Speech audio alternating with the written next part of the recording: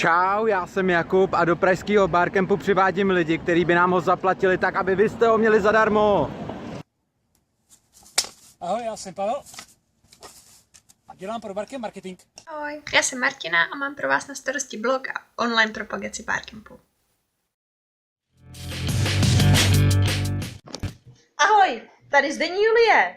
Co se týká obsahu přednášek a témat kulatých stolů, tak se na mě můžete obracet. Ahoj! Ahoj, jmenuji se Milada a mám na starosti tabulky a analýzy. Ahoj, já jsem Zdenda a na pražském Barcampu mám pro vás na starosti marketingovou strategii pro crowdfundingovou kampaň, aby na něj byly peníze. Těším se. Já jsem Míša a měla jsem ideu pražského Barcampu.